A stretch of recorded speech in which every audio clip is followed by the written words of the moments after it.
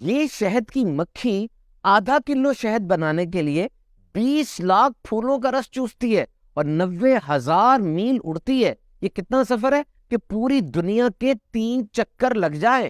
یہ 24 کلومیٹر فی گھنٹہ کی رفتار سے اڑتی ہوئی شہد کی مکھی کتنی اہم ہے۔ It's a very big and efficient farmer. یہ جو کھانا ہم کھاتے ہیں، 3 چمچ کھانا اگر ہمارے سامنے پڑا ہے، اس میں سے 1 چمچ کھانا اس کسان نے یعنی شہد کی مکھی نے بنایا ہے۔ یہ جب رس چوسنے کے لیے ایک پھول پہ اترتی ہے، اس کے پولن زردانے اس کے پاؤں سے چپک جاتے ہیں اور پھر یہ فلائی کرتی ہے، دوسرے پھول پر بیٹھتی ہے، وہ دانے جھڑ جاتے ہیں، اینڈ اٹس پولینیشن۔ یہ ایگریکلچر ہے اور اتنا بڑا کام یہ فوڈ پروڈکشن کا یہ شہد کی مکھی کر رہی ہے۔ قرآن مجید میں آیا، اور تمہارے رب نے شہد کی مکھی کو الہام کیا کہ پہاڑوں میں گھر بنا اور درختوں میں اور چھتوں میں، پھر ہر قسم کے پھل میں سے کھا۔ اس کے پیٹ سے ایک پینے کی چیز رنگ برنگ نکلتی ہے جس میں لوگوں کے لیے تندرستی ہے۔ اب یہ شہد بنتا کیسے ہے؟ آپ کوئی شہد کی مکھی کا چھتا دیکھ لیں، بی ہائیو، اس کے اندر کوئی چولہے، ہنڈیا، چمچ، ڈوئیاں تو پڑی نہیں ہوئی۔ تو یہ ہوتا کیا ہے؟ شہد کی مکھی کے 2 پیٹ ہوتے ہیں، ایک کو آپ کہہ لیں ریگولر سٹمک جس میں کھانا وغیرہ ڈائجسٹ ہوتا ہے، اور ایک اس کا ہنی سٹمک ہے۔ یہ وہ جگہ ہے، یہ مشین ہے جہاں پر شہد بنتا ہے۔ دس از دا پروسیس آف ریگورجیٹیشن اور انورژن۔ اور جب شہد بن جاتا ہے تو اس میں 80% واٹر ہوتا ہے، یعنی بہت ڈائلیوٹ ہوتا ہے وہ۔ Now the bee has to fan its wings to expedite the process of evaporation۔ اور اب یہ شہد کی مکھی بڑی تیز اپنے پر پھڑپڑاتی ہے۔ آپ نے آواز سنی ہوگی کی، اسے بزنگ ساؤنڈ کہتے ہیں، اور یہ پوری سائنس ہے۔ اب حیران ہوں گے، ایک شہد کی مکھی 1 سیکنڈ میں 230 مرتبہ اپنے پر پڑپڑاتی ہے، 230 مرتبہ 1 سیکنڈ میں۔ اور اب اتنی تیز ہوا میں وہ جو پانی ہے وہ سارا اڑ گیا اور خالص شہد باقی رہ گیا، اور یہ شہد کی مکھی اس کے اوپر وائٹ سیل لگا کے اس کو بند کر دیتی ہے۔ جناب، اہرام مصر یعنی پیرامڈز آف ایجپٹ سے بھی شہد ملا ہے اور ابھی تک وہ پینے کے قابل ہے، یعنی اس کی شیلف لائف کتنی زیادہ ہے، کین یو امیجن؟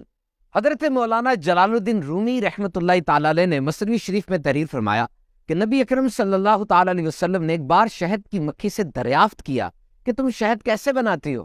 انہوں نے عرض کی، یا رسول اللہ صلی اللہ تعالی علیہ وسلم، ہم مختلف قسم کے پھولوں کا رس چوستی ہیں، پھر وہ رس اپنے منہ میں لیے چھتوں میں واپس آتی ہیں اور وہاں پر اگل دیتی ہے، یہی شہد ہے۔ ارشاد فرمایا، پھولوں کے رس تو پھیکے ہوتے ہیں، شہد تو میٹھا ہوتا ہے، تو شہد میں یہ مٹھاس کہاں سے آ جاتی ہے؟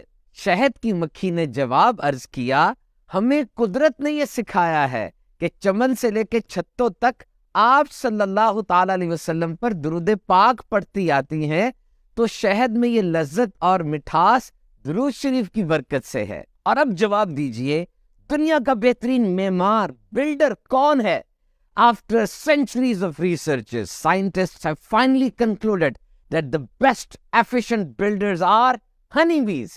یہ شہد کی مکھیاں یہ بہترین معمار ہیں، ایسی کفایت شعار بلڈر ہیں، یہ زبردست۔